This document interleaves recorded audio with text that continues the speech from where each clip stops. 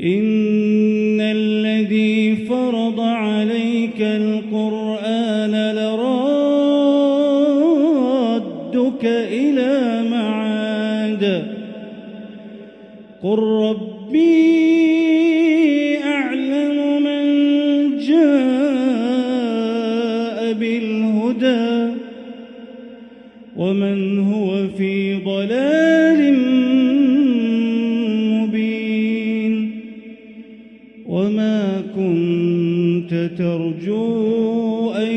يلقى إليك الكتاب إلا رحمة من ربك فلا تكونن ظهيرا للكافرين ولا يصدنك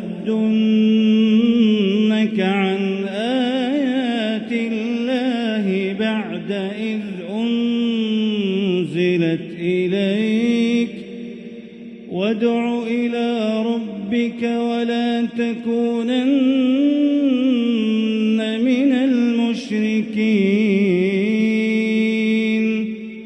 ولا تدع مع الله إلها آخر